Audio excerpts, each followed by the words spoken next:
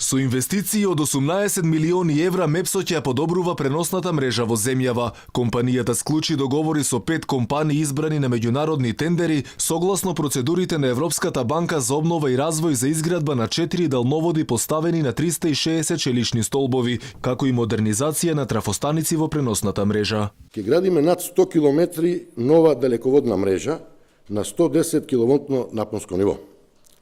Ќе модернизираме 4 трансформаторски станици со примарна и делумно со секундарна опрема, а ќе инсталираме и нова опрема за ренената заштита во 4 трансформаторски станици на 4 хидроцентрали.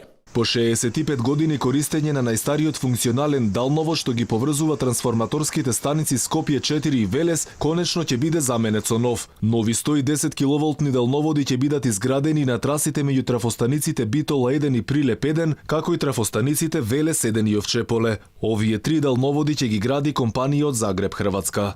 Договорите кои што денеска се потпишуваат ни го гарантираат токму тоа.